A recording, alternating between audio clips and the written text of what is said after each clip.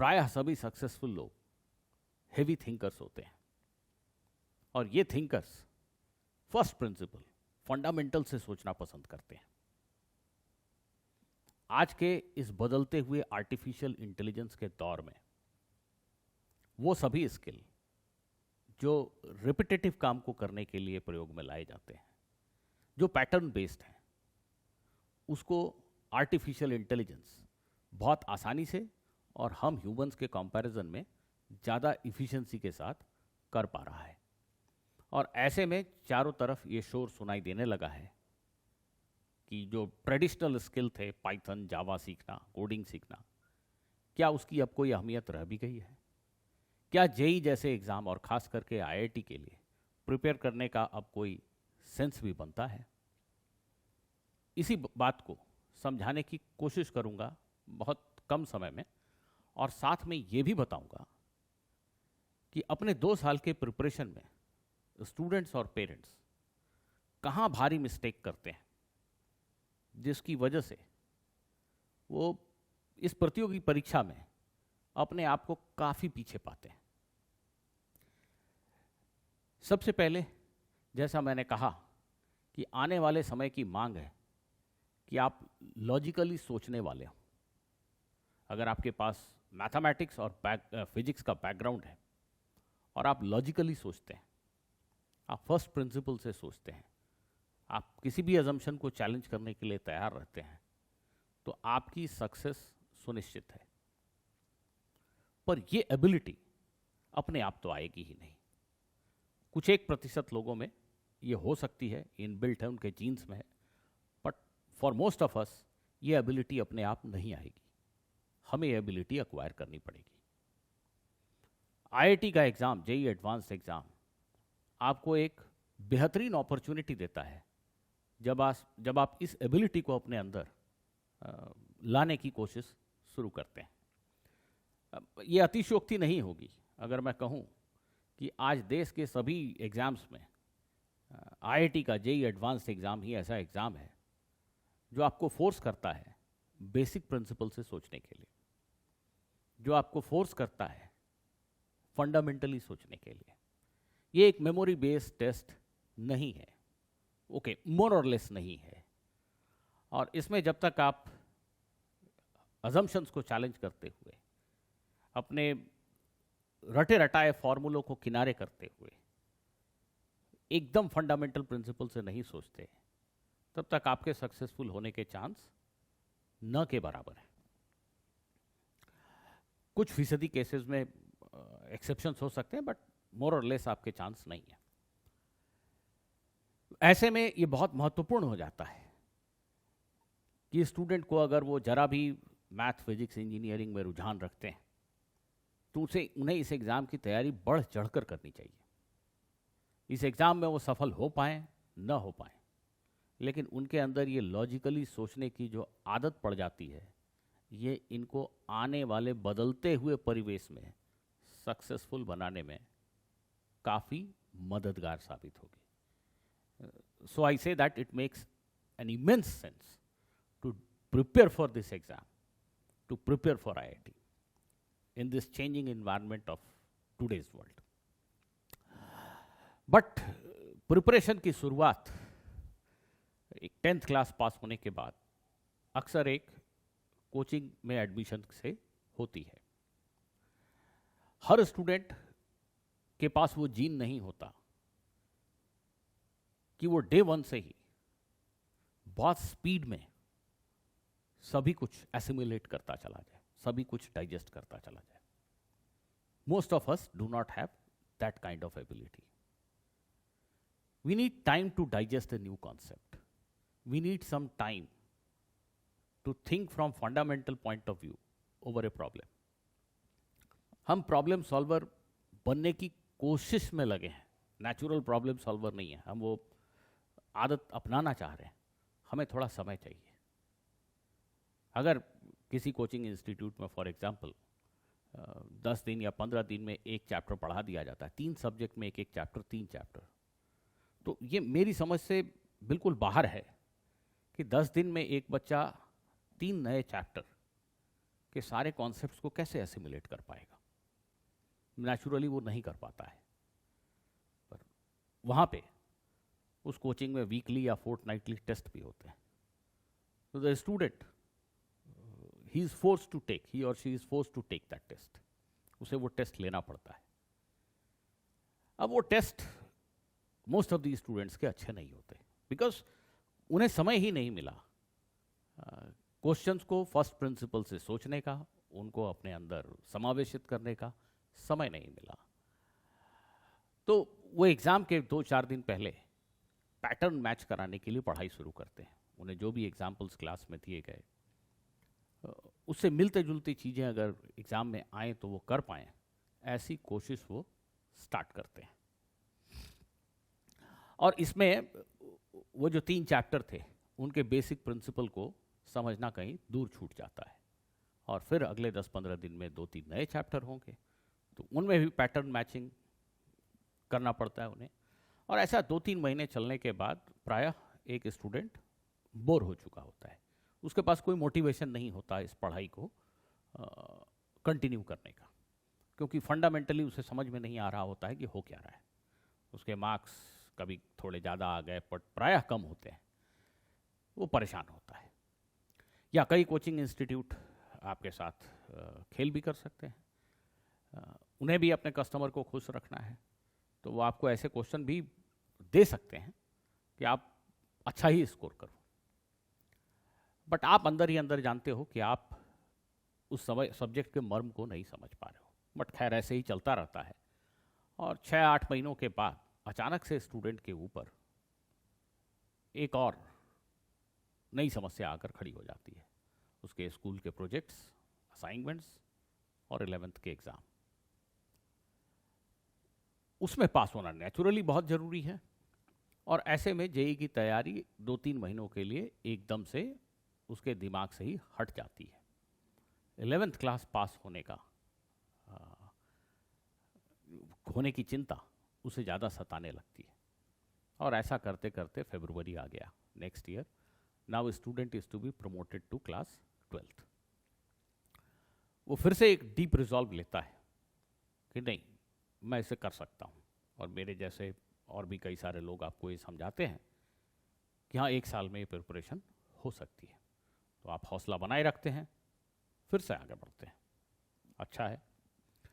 परंतु आप ये एनालिसिस करना भूल जाते हैं। अगर पेरेंट्स मेरी बात को सुन रहे हैं तो बिल्कुल अंत तक सुनिए। आप ये एनालिसिस करना भूल जाते हैं कि पिछले साल आपके साथ हुआ क्या। कि जो चैप्टर के बाद चैप्टर और फिर तुरंत टेस्ट, चैप्टर के बाद चैप्टर और फिर टेस्ट में आते हुए खराब मार्क्स, इसने आपको पूरी तरह से कंपटीशन से आउट कर दिया, डिमोरलाइज कर दिया। आप पढ़ नहीं रहे होते हैं स्टडी टेबल पे, आप बस समय गंवा रहे होते हैं। इसकी डीप एनालिसिस किए बगैर आप शायद पीयर प्रेशर में, शायद सोसाइटल प्रेशर में, फिर से शायद उसी कोचिंग में लाखों रुपए फिर से कमिट कर देते हैं 12th क्लास के लिए कि चलो 1 साल में प्रिपरेशन हो जाता है, let me try for 1 more year। But आपने अपने फंडामेंटल तौर तरीकों में बदलाव करने के बारे में सोचा नहीं होता है। आप फिर से जाते हैं। 2-3 महीने बीतते बीतते आपको ध्यान आने लगता है कि 11th मुझे कुछ नहीं आता। और शायद आपको ये लगने लगता है कि बिकॉज मुझे 11th नहीं आता इसीलिए 12th भी नहीं आ रहा है।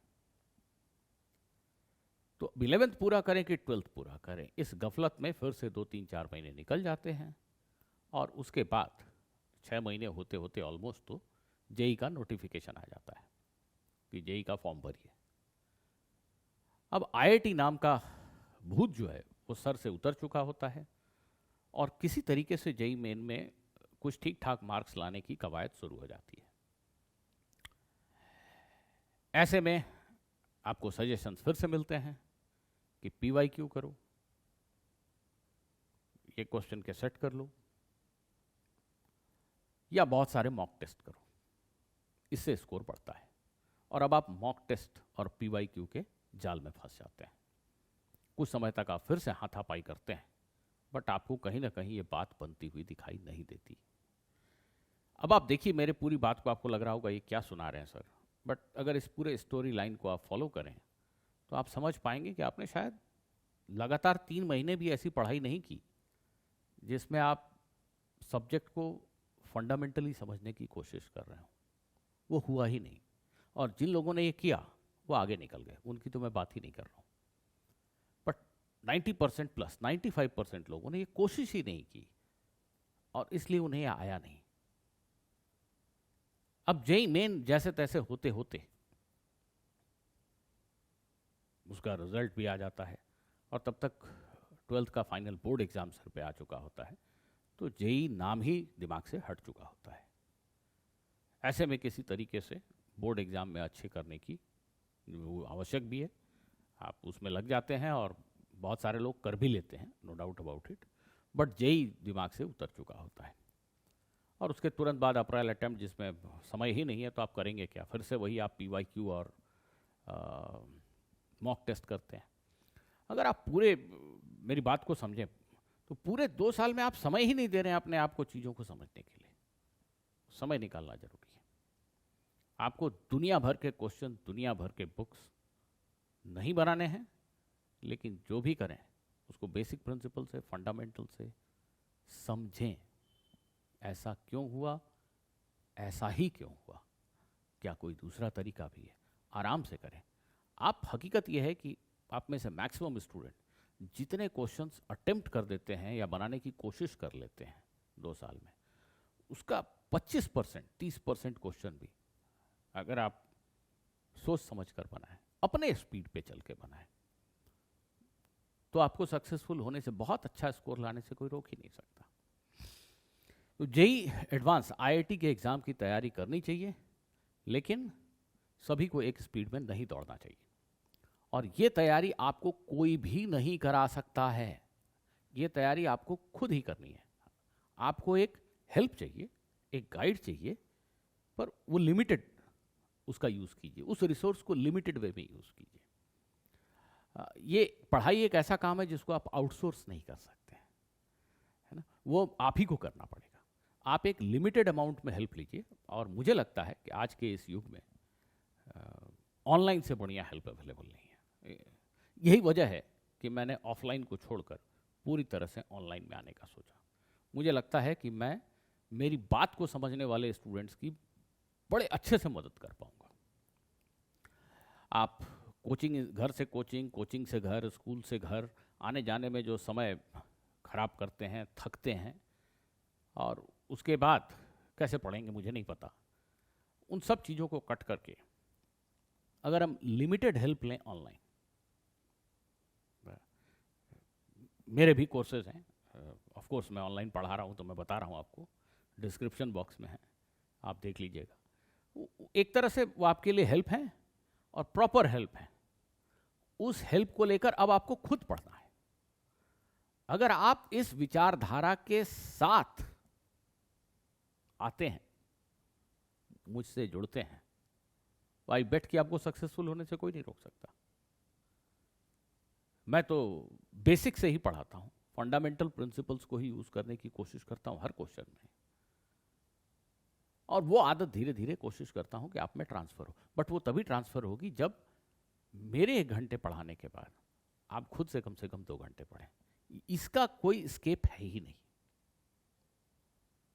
तो स्टूडेंट्स और पेरेंट्स, आप सभी से मैं ये कहना चाहता हूं कि आज के बदलते हुए युग में IIT की तैयारी बहुत सेंसिबल चीज़ है। इस एग्ज़ाम की तैयारी में आप में जो बड़ा परिवर्तन आता है, लॉजिकली चीज़ों को सोचने की जो एबिलिटी डेवलप होती है, और ये पूरा AI का संसार ही मैथ्स फिजिक्स के दम पे चल रहा है, लीनियर अलजेब्रा प्रोबेबिलिटी के दम पे चल रहा है। पूरा हार्डवेयर सेमीकंडक्टर बेस्ड है, फिजिक्स साइंस है उसके पीछे। आप मैथ्स फिजिक्स समझते हैं और लॉजिकली सोचने को अपने आप को ट्रेन करते हैं, तो आपको सक्सेसफुल होने से कोई नहीं रोक सकता। और इसलिए इस अंधे दौड़ में मत भागिए, थोड़ा ठहर जाइए, थम जाइए और अपनी प्रिपरेशन को सही दिशा दीजिए। आप में से किसी को अगर इनफैक्ट एक सर्जिकल ऑडिट की ज़रूरत है कि एग्जैक्टली आपके साथ क्या गलत हुआ और आपको अपने प्रिपरेशन को किस डायरेक्शन में ले जाना चाहिए, तो मैंने एक पर्सनल 1-to-1 कंसल्टेंसी प्रोग्राम भी चालू किया है। उसकी लिंक भी आपको पिंड कमेंट में या डिस्क्रिप्शन में मिल जाएगी। उसमें मैं आपसे आधे घंटे से 40 मिनट तक जूम कॉल के ऊपर आपके और आपके पेरेंट्स के साथ बात करता हूँ, आपकी समस्याओं को समझता हूँ और फिर अपनी एडवाइस देता हूँ। और मेरी एडवाइस 100% मेरे डिकेड्स ऑफ एक्सपीरियंस पे बेस्ड है। मैंने हर प्रकार के बच्चे देखे हैं, टॉपर से लेकर आप जो लोअर मोस्ट रैंक सोच सकते हैं वहाँ तक के बच्चे मैंने हजारों शायद लाख में हो गए पढ़ाए हैं, हजारों IIT में पहुँचे हैं। तो आप सोच रहे हैं कि आप यूनिक हैं, लेकिन शायद आप उतने यूनिक नहीं हैं। मैंने आप जैसी ही स्थिति वाले किसी न किसी बच्चे को कभी न कभी ज़रूर देखा है, भांपा है, उसके साथ चर्चा की है। शायद मेरी बातें आपके लिए फ़ायदेमंद हो सकती हैं। ये जो आप लोग कमेंट में रैंडम से क्वेश्चन पूछते हो कि ये बुक करने से होगा कि नहीं, ये काफ़ी है कि नहीं, इन क्वेश्चंस का कोई जवाब होता नहीं है। मैं थक हार कर कभी कभी कुछ जवाब लिख देता हूँ, पर सच ये है कि इनका कोई जवाब नहीं है और मैं आपको गलत एडवाइस देने से बचना चाहता हूँ। यही वजह है कि मैंने ये कंसल्टेशन प्रोग्राम रखा है कि जिनको रियली सिंसियरली मेरे एडवाइस की ज़रूरत है उनको मैं समय देने को तैयार हूँ। वो आइए, ढंग से बातें करें और आपकी समस्याओं का समाधान करें। मिलते हैं अगले वीडियो।